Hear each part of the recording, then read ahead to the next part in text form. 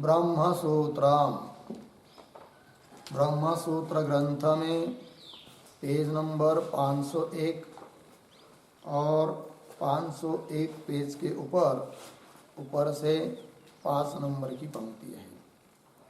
युक्तेश्च प्राक उत्पत्तेः कार्यस्य सत्वम अनन्यत्वं च कारणात् अवगम्यते शब्दांतराच्च।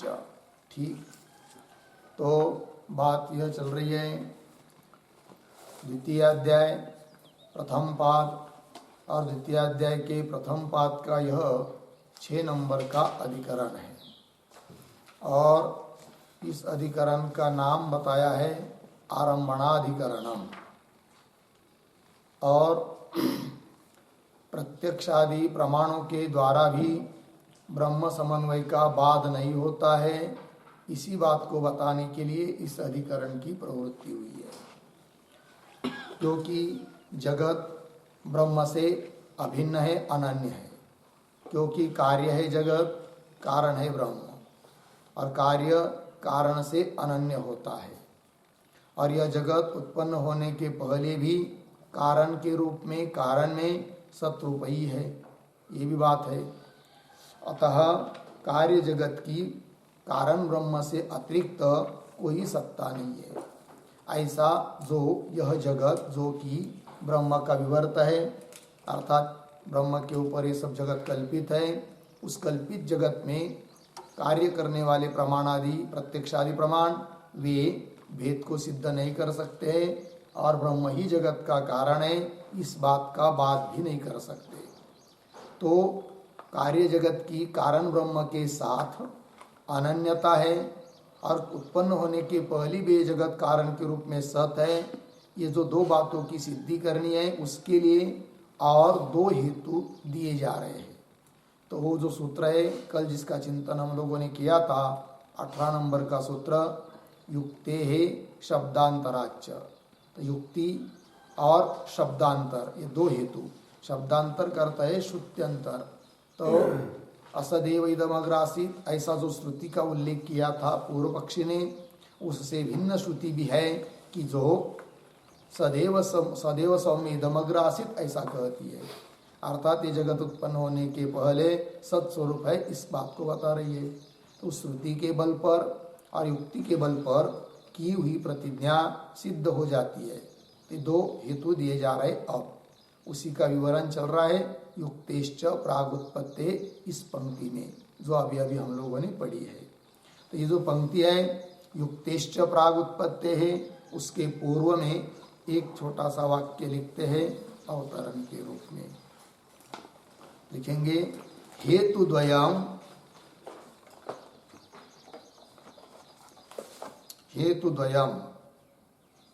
प्रतिज्ञाद्वयेन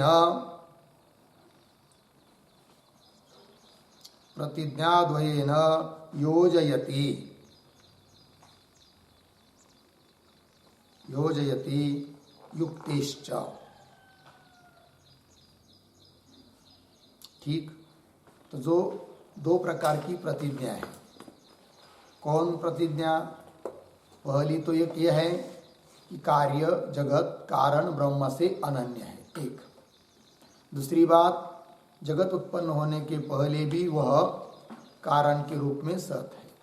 ये 2 प्रतिज्ञा, इन दोनों की भी सिद्धि 2 हेतु देकर किया जा रही है। हेतुद्वयम् प्रतिज्ञाद्वयेन, उन हेतु द्वय को 2 प्रतिज्ञा के लिए योजयति जोड़ रहे हैं।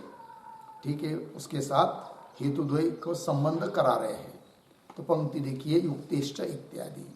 तो युक्तेश्च यहाँ से शब्दांतराच्च, यहाँ तक जो पंक्ति पढ़ा हूँ उन शब्दों का थोड़ा सा अन्वय कर लेते हैं। तो अन्वय है युक्तेश्च, फिर अंतिम का शब्द है शब्दांतराच्च। फिर शुरू में उत्पत्तेः प्राक् कार्यस्य सत्वम कारणात् अनन्यत्वं च अनन्यत्वं च अवगम्यते। ठीक है, देखो भाई अर्थ तो कह रहे भगवान भाष्यकार, युक्ते है और शब्दांतराच, युक्ति और अन्य शब्द मतलब अन्य शब्द, इन दो के बल पर, इन दो हेतुओं से क्या सिद्ध किया जा रहा है? तो कह रहे कि उत्पत्ति है प्राक, अर्थात यह कार्य रूप जगत उत्पन्न होने के पहले। क्या? तो कह रहे कार्यस्य सत्वम, उत्पत्ति प्राक कार्यस्य सत्वम, जगत उत्पन्न, कार्य उत्पन्न होने के पहले भी वो कार्य कारण के रूप में सत है, एक बात सत्वम। और दूसरी बात कारणात् अनन्यत्वम च, कारण जो ब्रह्म है उसके साथ यह जगत अनन्य है, अन्य नहीं है, अभिन्न है। ये दो बातों को अनन्यत्वम अवगम्यते जाना जाता है। तो अवगम्यते किम अवगम्यते? किम अवगम्यते? कार्यस्य सत्वम अवगम्यते एक, पुनः किम अवगम्यते? कारणात् अनन्यत्वम अवगम्यते दो। ये दो बात, कार्य का सत्व जाना जा रहा है और कारण से अनन्यता जानी जा रही है। किससे? कुतः? कार्यस्य सत्वम कारणात् अनन्यत्वम च अवगम्यते कुतः?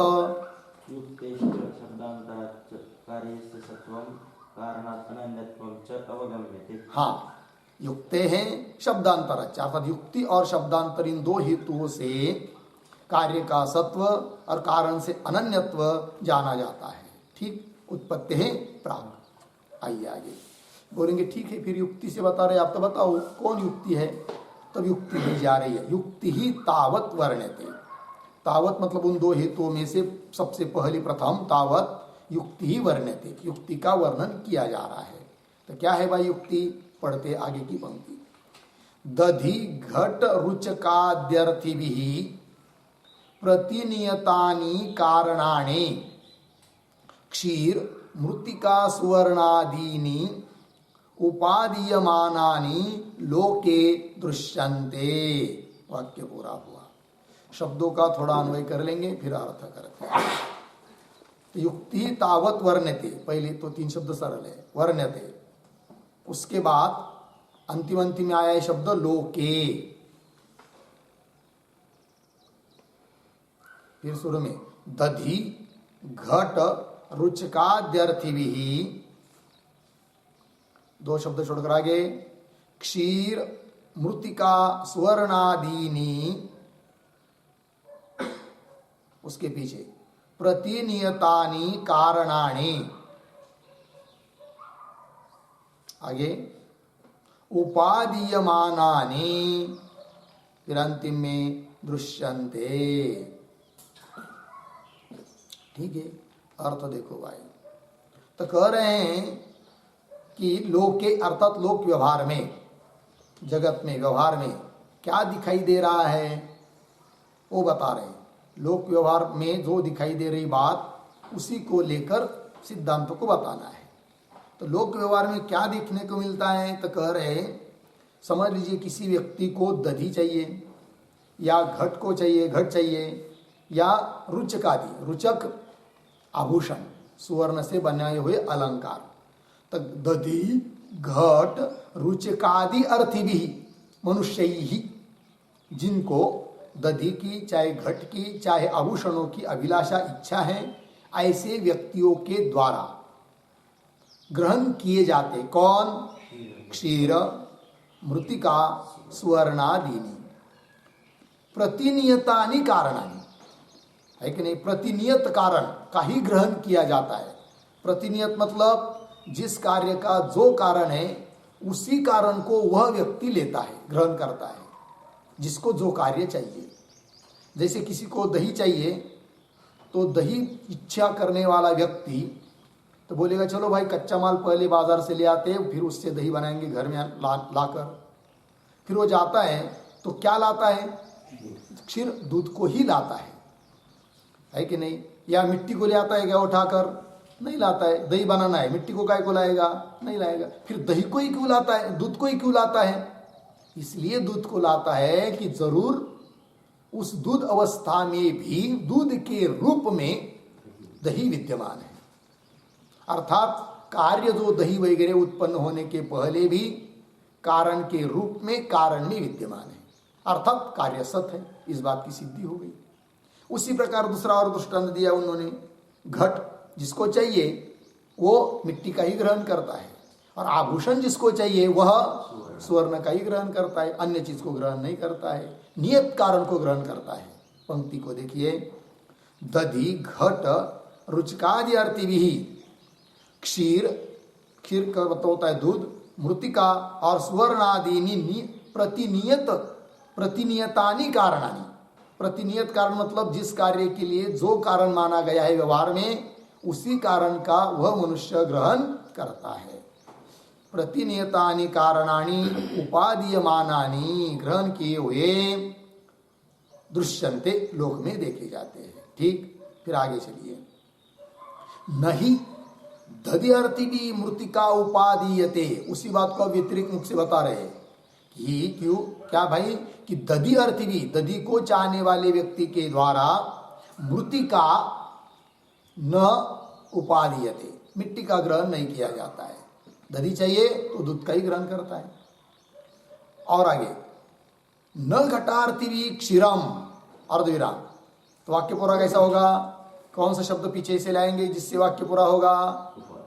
तो वाक्य बोलेंगे घटार्थी भी क्षीरम न उपादीयते। हाँ, घटार्थी भी अर्थात जिसको घट की इच्छा है, ऐसे व्यक्ति के द्वारा क्षीरम न उपादीयते, उसके द्वारा दूध का ग्रहण नहीं किया जाता है। और जिसको दही चाहिए वो मिट्टी का ग्रहण नहीं करता है, वो दूध का ही ग्रहण करता है। जिसको घट चाहिए वो मिट्टी का ही ग्रहण करता है, दूध का ग्रहण नहीं करता है।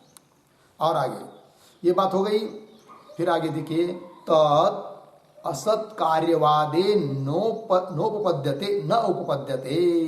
तत् यह बात असत कार्यवाद में, कार्य को जो लोग असत मानते हैं, अर्थात कार्य उत्पन्न होने के पहले बिल्कुल नहीं है, असत है, ऐसा जो लोग मानते हैं, उनके मत में यह बात उपपन्न नहीं होगी। कौन सी बात? कि दही चाहने वाला दूध को ही लेता है, घट को चाहने वाला मिट्टी का ही ग्रहण करता है, यह बात उनके मत में उपपन्न नहीं होगी। बोलेंगे क्यों उपपन्न नहीं होगी उनके मत में, है कि नहीं? तो क्या कारण है तब बता रहे आगे। क्या? तो सरल सरल आगे की पंक्ति पढ़ना है ना, तो उसके पहले भाव समझ लीजिए। समझ लीजिए, जो व्यक्ति कार्य उत्पन्न होने के पहले कार्य को बिल्कुल वंद्यापुत्र की तरह असत मानता है, किसी भी कारण के रूप में उस कार्य को मानता नहीं है, तो समझ लीजिए जिसको दही चाहिए, तो दही रूप कार्य उत्पन्न होने के पहले यदि असत है कि नहीं, तो मतलब दूध रूप नहीं है, तो फिर असत ही है। तो दूध में भी उसका असत भाव है, दही का, घट मिट्टी में भी असत भाव है, पाषाण में भी असत भाव है, तो सब जगह असत असत असत रूप से समानता है। तब उस दही चाहने वाले ने, यदि कोई कारण के रूप में है ही नहीं दही पहले से, सब असत ही है, तो असत समान रूप से सब जगह है। तो जैसा लोग दही के लिए दूध का ग्रहण करते, वैसा मिट्टी का भी ग्रहण करना चाहिए, क्योंकि असत भाव, दही का असत भाव जैसा दूध में है वैसा मिट्टी में भी है, तो मिट्टी का भी ग्रहण करना चाहिए, पाषाण का भी ग्रहण करना चाहिए। और घट चाहने वाले ने, जैसा घट चाहने वाला से मिट्टी का ग्रहण करता है, तो मिट्टी का भी ग्रहण, मिट्टी का ही ग्रहण उसने नहीं करना चाहिए, क्योंकि घट उत्पन्न होने के पहले यदि घट मिट्टी रूप में नहीं है, असत है, तो असत रूपता तो सब जगह सब समान है। तो दूध में भी उस घट का असत भाव है, मिट्टी में भी असत भाव है, तंतु में भी असत भाव है। तो घट चाहने वालों ने फिर मिट्टी का ही ग्रहण न करके तंतु चाहे दूध आदि का भी ग्रहण करना चाहिए, किंतु ऐसा होता है कि अलग व्यक्तियों के द्वारा होता नहीं है। फिर इसका मतलब असत कार्यवाद ठीक नहीं है। यदि असत कार्यवाद होता तो ऐसा होना चाहिए, ऐसा होता नहीं है। फिर उल्टा होता है, क्या होता है? दही चाहने वाला दूध का ही ग्रहण करता है, घट चाहने वाला मिट्टी का ही ग्रहण करता है, दूसरी चीज का ग्रहण नहीं करता है, अतः असत कार्यवाद नहीं है, सत कार्यवाद ही है। नहीं तो उसका ही ग्रहण क्यों करता? फिर किसी को भी करना चाहिए, असत कार्यवाद रहेगा तो। ये बात तो असत कार्यवादे न उपपद्यते। कैसे? इसी बात को स्पष्ट कर रहे आगे की पंक्ति से। अविशिष्टे ही प्राक उत्पत्ते सर्वस्य सर्वत्र असत्वे कस्मात् क्षीरात् एव दधि उत्पद्यते न मृत्तिकायाः, और मृत्तिकायाः एव च घट उत्पद्यते न क्षीरात्। ये बात देखो, तो जो शब्द है, शब्दों का थोड़ा अन्वय करेंगे। एक शब्द छोड़कर शब्द आया है ही, वहां से पकड़ते हैं तो ही, फिर आगे पुनः एक शब्द छोड़कर उत्पत्ति है, पीछे प्राक, आगे सर्वस्य सर्वत्र असत्वे, फिर शुरू में आइए अविशिष्टे, अविशिष्टे, फिर आगे क्षीरात् एव, पीछे कस्मात् क्षीरात् एव दधि, दधि भी लीजिए, क्षीरात् एव दधि, फिर पीछे कस्मात् उत्पद्यते अर्धविराम न मृत्तिकायाः। आगे सरल है, अर्थ को देखिए। तो असत कार्यवाद में ये बात क्यों बैठती नहीं है, इस बात का स्पष्टीकरण कर रहे हैं। ही उत्पत्ति प्राक, कार्य उत्पन्न होने के पहले सर्वस्य सर्वत्र असत्वे, सर्वस्य सभी वस्तुओं का, सभी कार्यों का, सर्वत्र सभी जगह, यदि क्या है असत भाव। असत भाव मतलब क्या? अत्यंत अभाव, वंद्या पुत्र की तरह है ही नहीं कुछ भी, किसी भी रूप में कार्य उत्पन्न होने के पहले बिल्कुल नहीं है। यदि ऐसी बात है तो सर्वस्य सर्वत्र असत्वे अविशिष्टे, अविशिष्टे सामान्य, हाँ समान रूप से है कि नहीं? समान जगह, समान रूप से सब जगह असत्ता, सामान्य। तो अविशिष्टे, फिर ऐसी स्थिति में क्षीरात् एव दधि कस्मात् उत्पद्यते, क्षीरात् दूध से ही फिर दही क्यों उत्पन्न होता है? क्योंकि दूध में भी नहीं है ना पहले से दही, असत है तो दूध से ही क्यों उत्पन्न होता है फिर दही? बताओ। मिट्टी से भी उत्पन्न होना चाहिए, क्योंकि मिट्टी में भी दही का क्या है? असत्व है, और दूध में भी दही का क्या है? असत्व है। फिर दूध से क्यों उत्पन्न होता है दही, मिट्टी से क्यों नहीं होता है कि नहीं? अर्थात असत कार्यवाद ठीक नहीं है ये बात। क्षीरात् एव दधि कस्मात् उत्पद्यते न मृत्तिकाया, मृत्तिका से उत्पन्न नहीं होता है। ठीक, तो दधि उत्पद्यते आया ना यहाँ पर, अभी उस पर एक वाक्य छोटा सा लिख के रखते हैं। असतः उत्पत्त्यभावात्, असतः उत्पत्त्यभावात् अर्धविराम उत्पत्तौवा, उत्पत्तौवा सर्वस्मात् सर्वोत्पत्ति प्रसंगात्, सर्वस्मात् सर्वोत्पत्ति प्रसंगात् तत्तत् उपादान विशेषे, तत्तत् उपादान विशेषे प्रवृत्ति ही न स्यात्,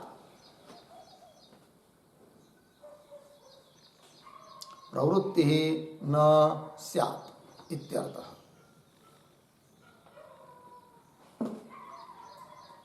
ठीक, देखो भाई असत उत्पत्ति अभावात, पहली बात तो यह है कि असत की उत्पत्ति नहीं होती है। यदि असत कार्यवाद मानेंगे, उत्पन्न कार्य उत्पन्न होने के पहले बिल्कुल असत है, अत्यंत अभाव है वंद्या पुत्र की तरह, तो असत की उत्पत्ति ही नहीं होती है। पहली बात की दिक्कत यहाँ पर आती है। आप समझ लीजिए किसी तरह से उत्पत्ति मान लेंगे, तब भी सर्वस्मात् सर्वोत्पत्ति प्रसंगात्, सभी चीजों से सभी चीजें उत्पन्न होनी चाहिए, किंतु ऐसा तो होता नहीं है। सर्वस्मात् सर्वोत्पत्ति प्रसंगात्, ऐसा प्रसंग आएगा ऐसी प्राप्ति आएगी, है कि नहीं? फिर तत्त उपादान विशेषे प्रवृत्ति न स्यात्, तो यदि कदाचित कहेगा पूर्व पक्ष हाँ हाँ सभी चीज से सभी चीज उत्पन्न हो सकते हैं, तब उसको बोलेंगे यदि ऐसा है तो तत्त उपादान विशेषे प्रवृत्ति न स्यात्, फिर उस कार्य का जो उपादान कारण है उसको लेने के लिए ही जो लोगों की प्रवृत्ति होती है वह नहीं होनी चाहिए, जबकि होती है। अतः बिल्कुल ठीक नहीं है। कौन? असत कार्यवाद, असत कार्यवाद का खंडन। ठीक है, चलिए। उत्पद्यते न मृतिकाया, आगे मृतिकाया एव च घट उत्पद्यते, और मृतिका से ही घट उत्पन्न होता है, न क्षीरात, दूध से नहीं। क्यों है कि नहीं? मृतिका से ही घट उत्पन्न होता है, दूध से अन्य चीज से उत्पन्न होता नहीं है। इसका मतलब ये असत कार्यवाद ठीक नहीं है कि नहीं? ये बात हो गई। आगे चलिए। अथ अविशिष्टे अपि प्राक् असत्वे क्षीरे एव दद्मः कश्चित् अतिशयः अर्धविराम, न मृतिकायाम अर्धविराम, मृतिकायाम एव च घटस्य कश्चित् अतिशयः अर्धविराम, न क्षीरे इति उच्चेत। ठीक है, देखो भाई, अब कदाचित पूर्व पक्षी इस प्रकार बोलेगा, असत कार्यवादी क्या बोलेगा वो? अथ अविशिष्ट इत्यादि पंक्ति से, किंतु अथ इत्यादि के पूर्व में एक छोटा वाक्य लिखते हैं अवतरण के रूप में। लिखेंगे पूर्वम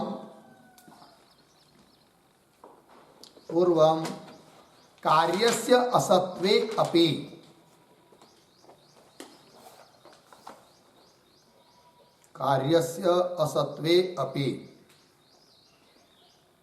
कुतश्चित्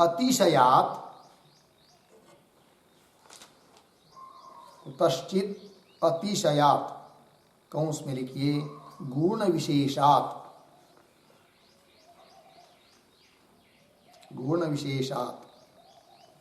कंस बंद प्रवृत्ति नियमोपपत्ति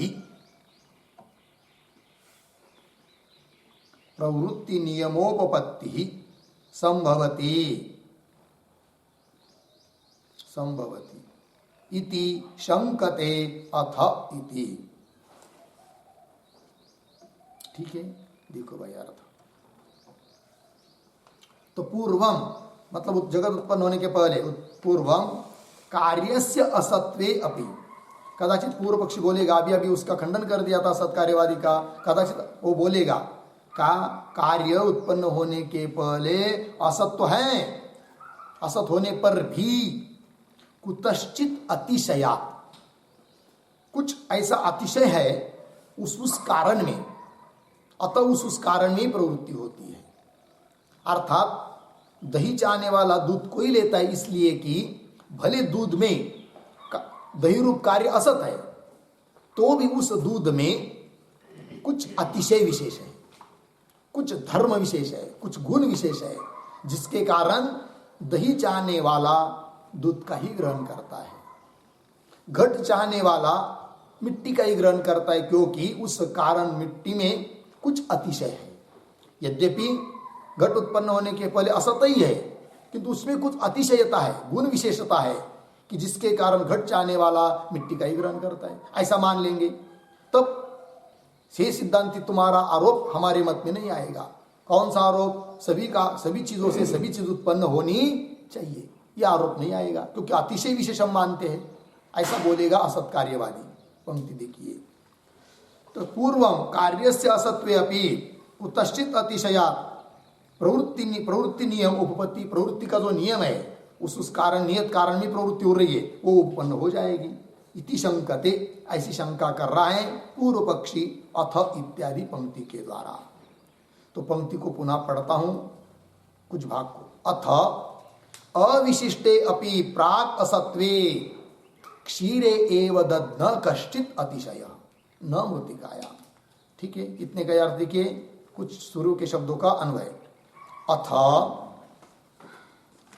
दो शब्द छोड़कर आगे, प्राक् असत्वे, फिर पीछे अविशिष्टे अपि, आगे क्षीरे एव दद्म, आगे सरल है। देखो भाई अर्थ, अथ क्या जी? अथ मतलब शंका के लिए आया हो, यदि कदाचित बोलता है पूर्व पक्षी, तो क्या कि प्राक् असत्वे अविशिष्टे अपि, प्राग मतलब उत्पन्न होने के पहले, कार्य उत्पन्न होने के पहले, प्राक असत्वे अविशिष्टे, अविशिष्टे समाने, असत्ता असद्भाव समान होने पर भी क्षीरे एव दध्नः कश्चित अतिशय, क्षीरे दुग्धे, दूध में ही दही का कुछ अतिशय विशेष है। मतलब ये असत कार्यवाद ये नहीं मानते क्या, कार्य उत्पन्न होने के पहले वह कार्य कारण के रूप में या कारण में विद्यमान है, ऐसा नहीं बोलते वो, जिससे सत्कार्यवाद सिद्ध हो जाए। फिर वो कहते असत कार्यवाद है, कार्य तो असत ही है उत्पन्न होने के पहले, किंतु दही का कुछ अतिशय विशेष गुण विशेष दूध में ही है, मिट्टी में नहीं। अतः दही चाहने वाला दूध का ही ग्रहण करता है, मिट्टी का नहीं। अतिशय विशेष मानकर काम चला रहे हैं कौन, असत कार्यवादी। ठीक, तो क्षीरे एव दूध में ही दध्नः दधि का कश्चित अतिशय अर्धविराम, न मृतिकायाम, न मृतिकायाम क्या वाक्य कैसा पूरा होगा, न मृतिकायाम, पीछे के शब्द लाकर वाक्य पूरा कर रहे हैं, न मृतिकायाम इसको लेकर। हाँ, मृतिकायाम दध्नः कश्चित अतिशय न, है कि नहीं, किंतु हाँ दध्नः कश्चित अतिशय क्षीरे एव, दूध में ही है, दही में या दूध में ही है, मिट्टी में नहीं। न मृतिकायाम, फिर और आगे देखिए, मृतिकायाम एव च घटस्य कश्चित अतिशय भवति इत्यर्थः, है कि नहीं। तो घट का कोई अतिशय विशेष मिट्टी में ही है, अन्य चीज में नहीं। अतः घट चाहने वाला मिट्टी का ग्रहण करता है। अभी घट का दृष्टांत चल रहा है ना, तो घट चाहने वाला किसका ग्रहण करेगा, मिट्टी का ही करेगा, और दूध का नहीं करेगा। ये बात पंक्ति देखिए, मृतिकायाम एव च घटस्य कश्चित अतिशय अर्धविराम न क्षीरे, तो न क्षीरे इसको लेकर वाक्य पूरा कीजिए। न क्षीरे दो शब्द आए ना आगे, पीछे के वाक्य के कुछ शब्द लाएंगे, पुनः पढ़ता हूं। मृतिकायाम एव च घटस्य कश्चित अतिशय न क्षीरे, न क्षीरे मतलब कैसा, हाँ हाँ न, बस हो गया, घटस्य कश्चित अतिशय क्षीरे न, किंतु मृतिकायाम एव भवति, अतः घटार्थीभिः मृतिका एव उपादीयते गृह्यते। ठीक है, न क्षीरम, लग गई पंक्ति। चलिए फिर इति उच्यते, तो अपना तो काम चला लिया असत कार्यवादी ने अतिशय विशेष को मानकर, तब उसको पुनः बोल रहे आप सिद्धांती, तर्हि अतिशयवत्वात् प्राग अवस्थायाः असत्कार्यवाद हानि सत्कार्यवाद सिद्धिश्च। अब सिद्धांती कहेंगे वाह अतिशय मान लिया तुमने, तो बात हमारी बन गई, अर्थात हमारे सत्कार्यवाद की सिद्धि हो गई और तुम्हारे असत्कार्यवाद की हानि हो गई। ये कह रहे अब तर्हि इत्यादि पंक्ति से। तो तर्हि इत्यादि पंक्ति के पूर्व में एक वाक्य लिख दिया होता है,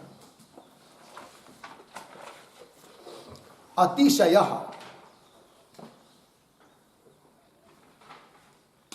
अतिशय कंस में लिखिए गुण विशेष, कंस बंद। आगे कार्य धर्म कारण धर्मो वा, कार्य धर्म कारण धर्मो वा पूर्ण विराम, आद्ये आद्ये धर्मित्वात् धर्मित्वात् प्राग अवस्था रूपस्य कार्यस्य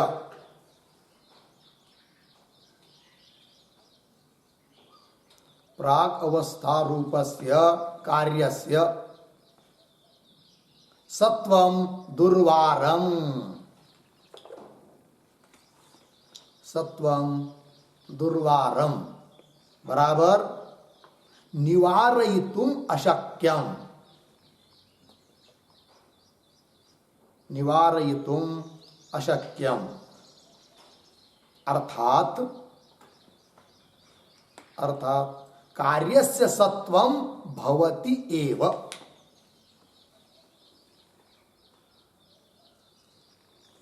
कार्यस्य सत्वं भवति एव इति आह तर्हि इति।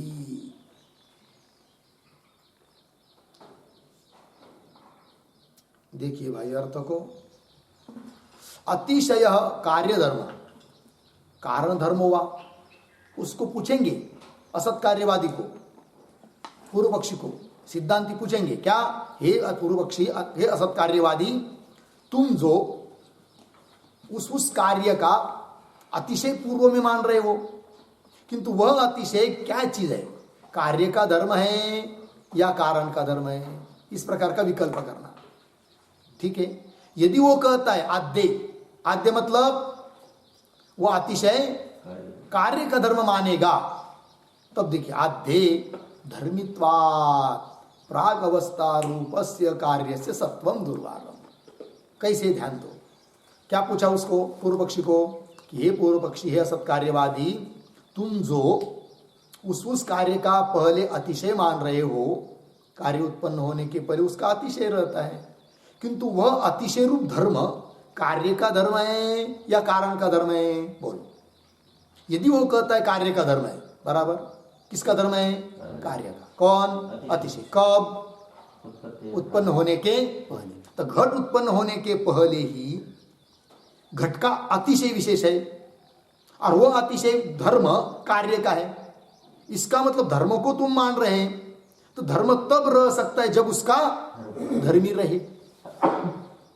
तो घट उत्पन्न होने के पहले तुमने अतिशय माना और वो अतिशय रूप धर्म कार्य का माना, इसका मतलब घट रूप कार्य, घटात्मक कार्य उत्पन्न होने के पहले ही तुमने मान लिया तो अर्थात पहले से माना, अर्थात सत सिद्ध हुआ, तो तुम्हारा असत कार्यवाद खंडित हो गया। बात लगी, युक्ति। पंक्ति को देखिए, आद्य धर्मित्वा, कार्य धर्मी हो जाने से, क्योंकि कार्य अतिशय धर्म तुमने किसका माना, कार्य का, कार्य हुआ फिर धर्मी। आद्य धर्मित्वा प्राग अवस्था रूप से कार्य से, प्राग अवस्था मतलब उत्पन्न होने के पहले, प्राग अवस्था रूप से कार्य से सत्वम, ऐसे कार्य का सत्व हो गया, दुर्वारम मतलब उस सत्व का निवारण कोई नहीं कर सकेगा, निवारयितुम अशक्यम, दुर्वारम का अर्थ कर दिया। तात्पर्य कार्य से सत्वम भवति एव, कार्य उत्पन्न होने के पहले कार्य का सत्व सिद्ध हो ही गया, ये बात, सत्वम भवति एव इति आह, इसी बात को कह रहे तर्हि इत्यादि पंक्ति से।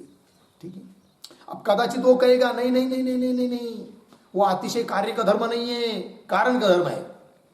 तब कारण का धर्म यदि मानेगा तब क्या दोष उस पर आएगा, वो आगे के वाक्य में आएगा, पहले इसको पूरा कर लेते हैं।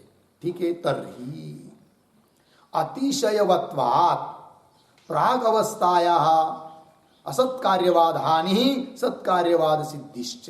थोड़ा अन्वय कर लेते शब्दों का। तर्हि एक शब्द छोड़कर, प्राग अवस्थायाः पीछे अतिशयवत्वात्, आगे असत कार्यवाद हानि सत्कार्यवाद सिद्धिश्च। देखो भाई, तर्हि तब तो अतिशय मान लिया और वो कार्य का धर्म मान लिया, तो प्राग अवस्थायाः अतिशयवत्वात्, प्राग अवस्था में कार्य उत्पन्न होने के पहले यदि अतिशय है तो अतिशयवत्वात्, अतिशय के बल पर ही क्या सिद्ध हुआ, असत कार्यवाद की हानि, क्योंकि कार्य का धर्म माना, और धर्म तब रह सकता है जब उसका धर्मी रहेगा। इसका मतलब कार्य मान लिया और कार्य पहले है, अर्थात सत्कार्यवाद, और असत कार्यवाद की हानि ना है खंडन।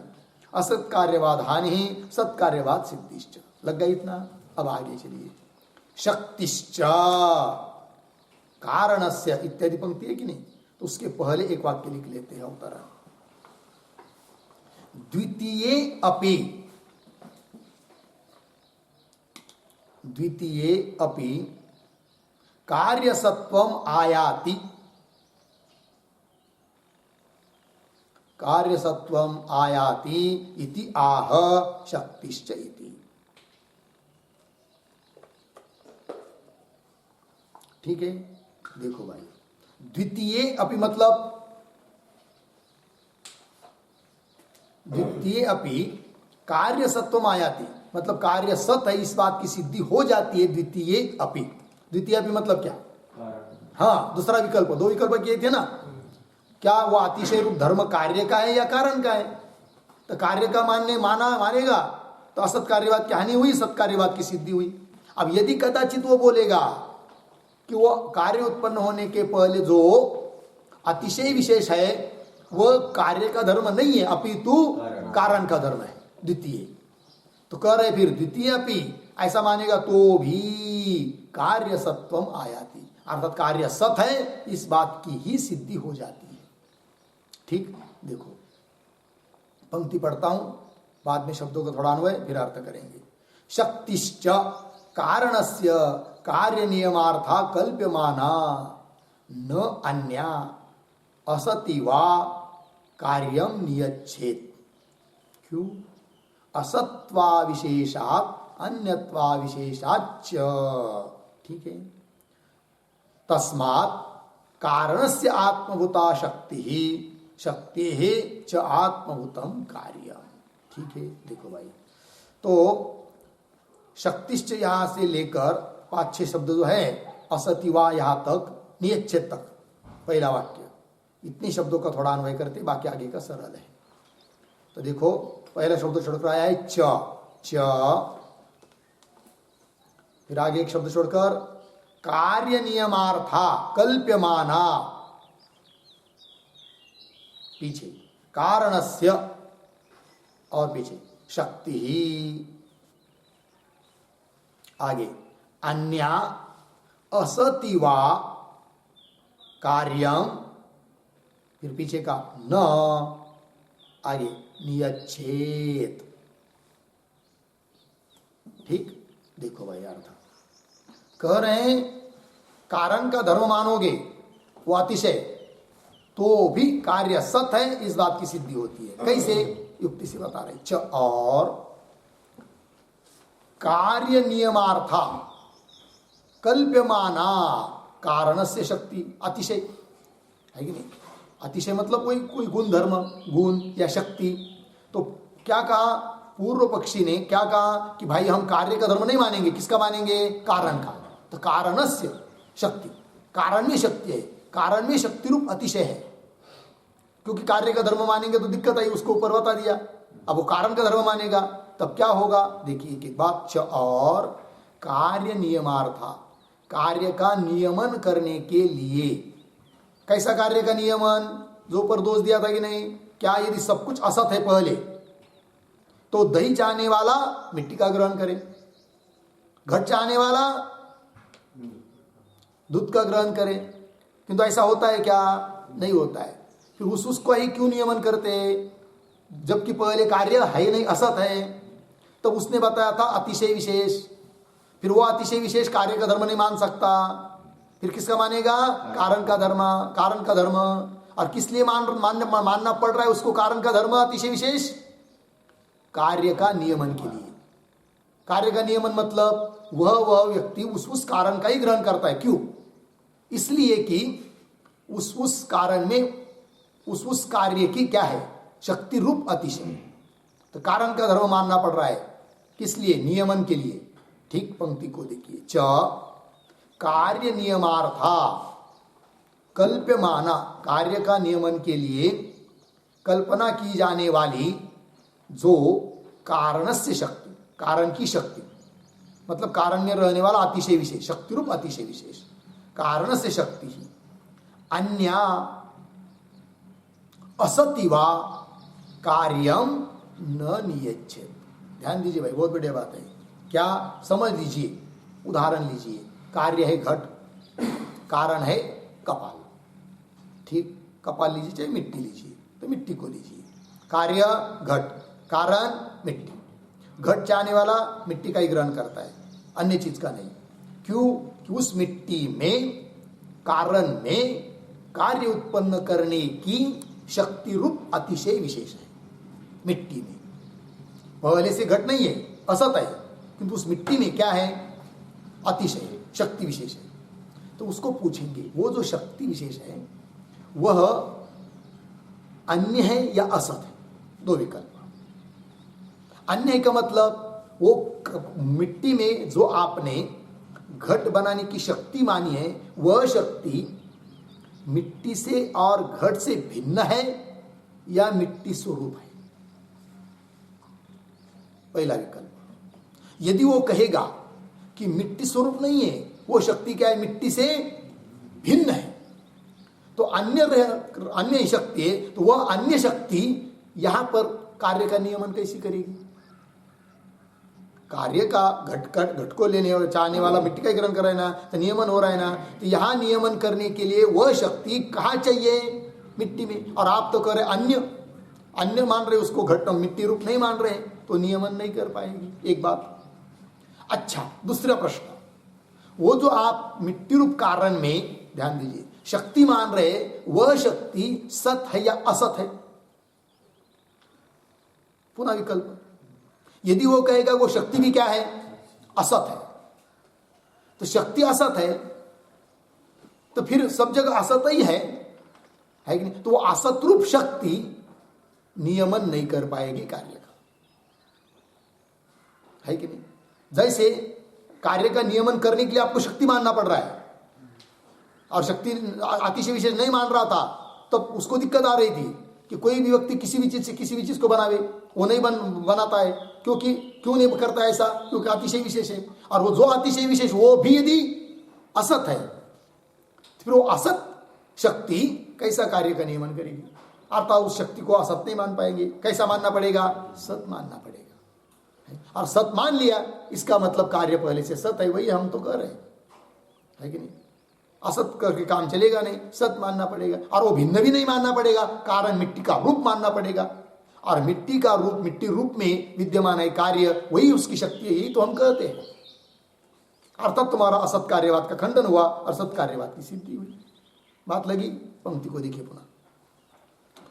च कार्य नियमार्थ कल्प्यमाना कारण से शक्ति ही अन्य असतिवा, अन्य मानेंगे और असत मानेंगे तो कार्यम न नियच्छेद, वो कार्य का नियमन नहीं करेगी। क्यों नहीं करेगी? आगे हेतु दिया है, असत्व अविशेषात, अन्यत्व अविशेषात, है कि नहीं? क्योंकि असत्व क्या है? वो असत असत समान रूप से, अविशेषात विशेष नहीं है ना, अविशेष मतलब समान रूप से, और अन्यत्व भी अविशेषा, है कि नहीं? यहां तक हुआ। फिर ये जो पढ़ी अभी लोगों पंक्ति हम लोगों ने, उस पर थोड़ा सा लिख लेते हम लोग एक टिप में। लिखेंगे शक्ति ही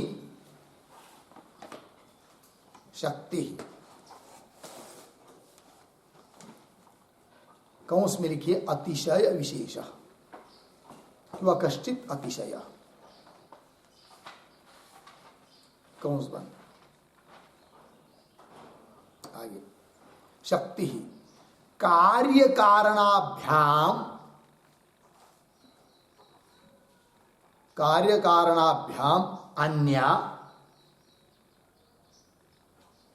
अन्य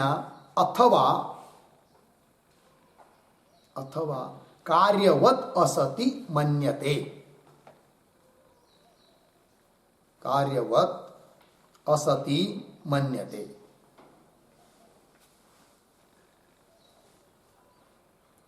अर्धविराम। तर्हि सा कार्य नियामिका न संभवति, कार्य नियामिका न संभवति, पूर्ण विराम। नो चेत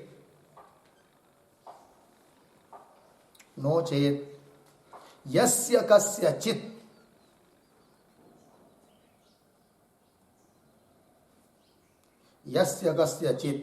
अन्यस्य पदार्थस्य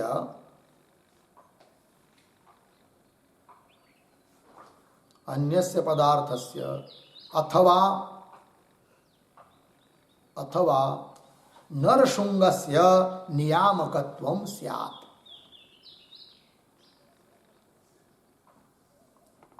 नियामकत्वं स्यात्, पूर्ण विराम। यतो ही नरशृंगे अपि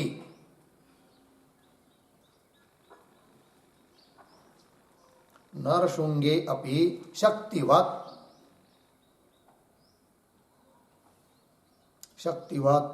कार्य कारणाभ्याम अन्यत्वम, कार्य कारणाभ्याम अन्यत्वम एवं असत्वम अस्ति, एवं असत्वम अस्ति। पूर्ण विराम। तस्मात् कारणात्मना लीनम, कारणात्मना लीनम कार्यम एव, कार्यम एव अभिव्यक्ति नियामकतया, अभिव्यक्ति नियामकतया शक्ति इति एष्टव्यम, शक्ति इति एष्टव्यम बराबर अवगंतव्यम। पूर्ण विराम। ततः सत्कार्य सिद्धि इत्यर्थः, सत्कार्य सिद्धि इत्यर्थः। ठीक।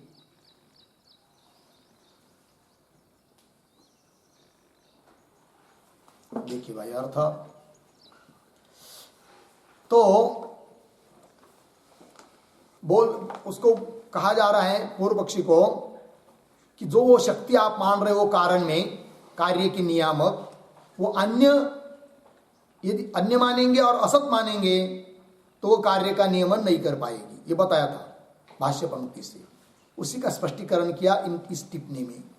तो टिप्पणी का अर्थ देखिए, शक्ति ही कार्य कारणाभ्याम अन्य, अन्य असत ही आया था ना, अन्य मतलब किससे अन्य, कार्य और कारण से अन्य। ऐसी वो शक्ति है कि मिट्टी से भी अन्य है और घट से भी अन्य है।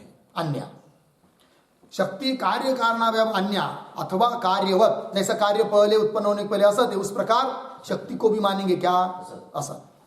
अथवा कार्यवत असती मन्यते तर्हि तप्तो शक्ति ही कार्य नियमिका न संभवती, कार्य का नियमन नहीं कर सकती। बोले क्यों क्यों, तो कह रहे नोचेत, नोचेत मान ले, नोचेत मतलब ऐसे उस शक्ति को अन्य भी मानेंगे और असत भी मानेंगे तो भी नियामक है ऐसा मानेंगे तो क्या दिक्कत आएगी, वो दिक्कत बता रहे नोचेत से।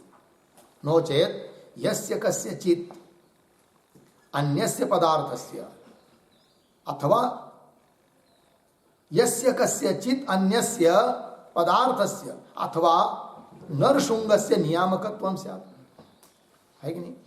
जिस किसी भी कार्य के लिए अन्य पदार्थ और जो असत पदार्थ है नरशुंग, वो भी नियामक हो जाएगा। मतलब घट का नियमन करने वाली जो आप शक्ति मान रहे वो शक्ति, ध्यान दीजिए, कारण मिट्टी से और कार्य घट से अन्य है और असत है। तो नरशुंग नुशुंग मानव का शिंग होता नहीं है, किंतु कल्पना करते हैं तो वो भी कैसा है, फिर कारण कार्य से अन्य है, मिट्टी और घट से अन्य है। कौन, मनुष्य का सिंह, और असत है, फिर वो भी नियामक होना चाहिए। किसके लिए, कार्य के लिए। किंतु वो नियामक होता है क्या, नहीं होता है। क्यों, नुशंग नियामक क्यों नहीं हो सकता, इसलिए कि वह अन्य है और असत है। उस प्रकार उस शक्ति को भी आप यदि अन्य और असत मानेंगे तो वह भी कार्य का नियामक नहीं बन पाएगी।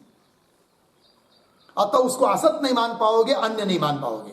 मतलब उसको, उस शक्ति को मिट्टी रूप मानना पड़ेगा, अन्य नहीं, और असत भी नहीं, सत मानना पड़ेगा, तब वो नियमन करेगी। और ऐसे मान लिया, मिट्टी रूप मान लिया और सतरूप मान लिया, तो वही तो हमारा फिर सत्कार्यवाद है, तुम्हारा सत्कार्यवाद गया। बात समझ में आ रही कि नहीं। पंक्ति को देखिए,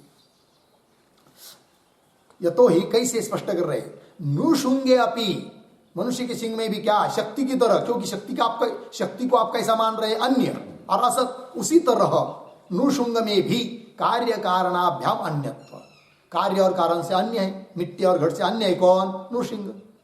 और एवं असत्व, असत भी है, तो वह भी नियामक बन जाएगा। किंतु वो नियामक हो सकता है क्या, नहीं हो सकता है। नुशुंग नियामक क्यों नहीं हो सकता, अन्य है और असत है, उस प्रकार शक्ति को भी तुम यदि अन्य और असत मानोगे तो वह भी नियामक नहीं बनेगी। और वो शक्ति को तुम नियामक बनाना चाहते हो तो उस शक्ति को तुम अन्य और असत नहीं मान सकते, अपितु कारण रूप और सत रूप मानना पड़ेगा। लगी पंक्ति देखो भाई, यतो ही नुशुंग्यापि शक्तिवत् कार्य कारणाभ्याम अन्यत्वम एवं असत्वम अस्ति तस्मात्, इसलिए फिर क्या मानो, सिद्धांति बोल रहे पूर्व पक्षी को, कैसा मानो फिर, तस्मात् कारणात्मना लीनम कार्यम, कार्य कारण के रूप में लीन हुआ जो कार्य है वही शक्ति है, और वो कारण से भिन्न भी नहीं और सत है। ठीक पंक्ति, तस्मात् कारणात्मना मिट्टी के रूप में लीन हुआ जो कार्य घट, लीनम कार्यम एव अभिव्यक्ति नियामकतया, अभिव्यक्ति का, घट की अभिव्यक्ति का नियामक है वही शक्ति है। अभिव्यक्ति नियामकतया शक्ति तिष्ठव्यम अवगंतव्यम। फिर उससे क्या सिद्ध हुआ, ततः सत्कार्य सिद्धि ही। समझ में आई ना सत्कार्यवाद की सिद्धि कैसी हुई। चलिए फिर आगे मूल में, अन्य असतिवा कार्यम न नियच्छेद, लग गया, नियमन नहीं कर पाएगी। आगे चलिए, क्यों, असत्वा विशेषात अन्यत्वा विशेषात च। आगे, तस्मात् कारणस्य आत्मभूता शक्ति शक्ते च आत्मभूतम कार्यम, लग गया ये सिद्धांत। इसलिए भाई कारणस्य, कारण के आत्मभूत है शक्ति, मतलब कारण से अभिन्न है कौन, शक्ति, और शक्ति से अभिन्न है कौन, कारण है कि नहीं। तो शक्ति कारण के रूप में मान लिया फिर कार्य को, कार्य उत्पन्न होने के पहले किस रूप में है, कारण रूप में है कि नहीं। यही सत्कार्यवाद है। अतः यह जगत भी उत्पन्न होने के पहले इस जगत का कारण जो ब्रह्म, उस ब्रह्म रूप में ही है, कारण के रूप में ही है। कारण से अतिरिक्त, ब्रह्म से अतिरिक्त जगत को तिल मात्र भी सत्ता नहीं है। यही कार्य की कारण के साथ अनन्यता और सत्व सिद्ध हुआ, लग गया। तो कार्यत्वेन रूपेण कार्य सत्य नहीं है जगत, किंतु कारणत्वेन रूपेण ये जगत भी क्या है, सत्य, कारण के रूप में, ब्रह्म के रूप में, क्योंकि ब्रह्म के अलावा सत्ता ही नहीं उसको। रज्जु को छोड़कर सर्प की तिल मात्र भी सत्ता नहीं है। आप चाहेंगे चलो 2-4 दिन रज्जु वही पड़ी रहेगी, किंतु वहां का जो सर्प प्रतीत हो रहा है उसको उठाएंगे और थोड़ा सा घूम फिर लाएंगे उसको, किसको, सर्प को। बेचारा बहुत दिन एक जगह पड़ा हुआ है, बहुत बोर हुआ होगा, क्या हुआ होगा, परेशान हुआ होगा, तो उस सर्प को उठाएंगे, पिंजरे में डालेंगे और उसको थोड़ा सा इधर उधर घुमा के लाएंगे। ला सकते हैं क्या रज्जु को छोड़कर, नहीं ला सकते, ठीक है ना, यही बात। तस्मात् कारणस्य आत्मभूता शक्ति शक्तिश्च आत्मभूतम कार्य, लगा इतना।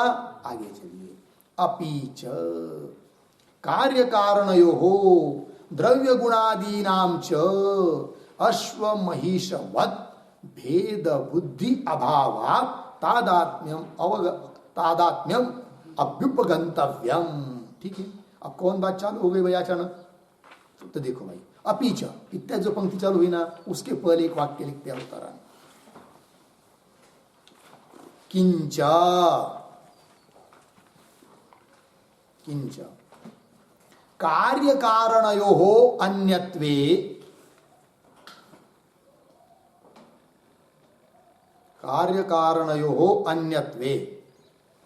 मृद्घटौ भिन्नौ सन्तौ, मृद्घटौ भिन्नौ सन्तौ इति भेद बुद्धि स्यात्, भेद बुद्धि स्यात् इति आह अपीच।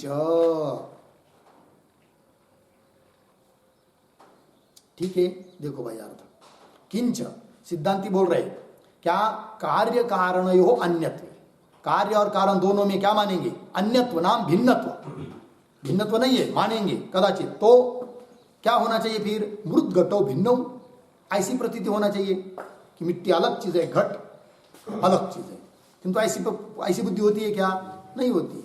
फिर क्या बुद्धि होती है, मृदेव घट, मृद घट मिट्टी घट है, ये प्रतीति होती है। अभिन्नता की प्रतीति नहीं होनी चाहिए। यदि दोनों में अत्यंत भेद है तो पंक्ति देखिए, कार्य कारणयो अन्यत्वे मृद्घटो भिन्नौ संतौ भिन्न है। इस प्रकार की भेद बुद्धि स्यात्, किंतु भेद बुद्धि होती नहीं है, अतः दोनों में भेद नहीं, अर्थात तादात्म्य है, अर्थात अभिन्नता है, अर्थात अनन्यता है, अर्थात कार्य कारण से भिन्न नहीं है। वही पंक्ति दे रहे, अपि च कार्य कारणयो हो, कार्य कारण इन दोनों में द्रव्य गुण है कि नहीं, द्रव्य और उसमें रहते गुण रहते, माना गया है ना, नहीं एक अधिक होने द्रव्य गुणादि नाम च क्या जी,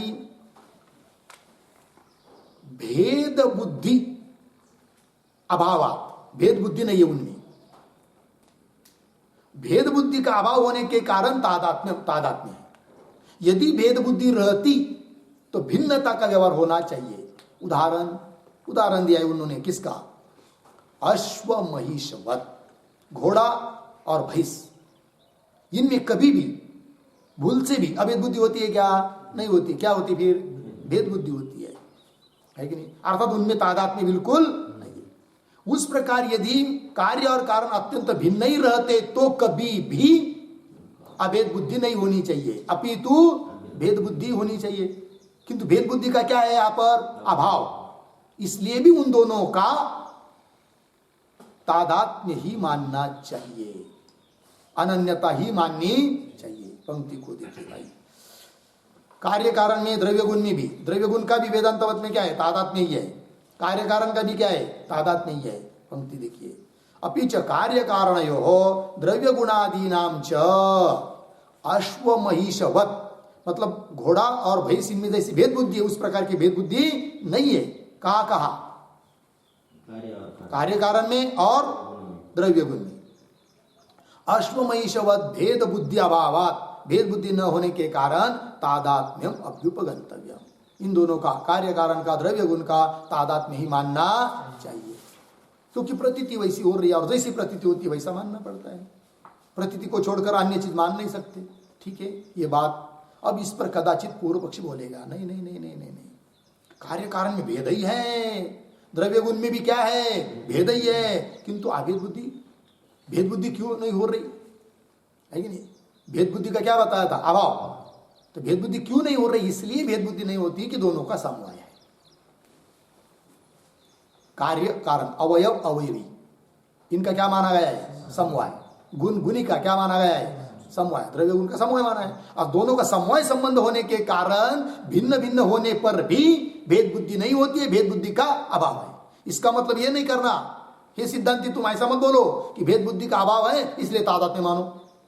भली भेद बुद्धि नहीं हो रही है किंतु तादात्म्य मानने की जरूरत नहीं है।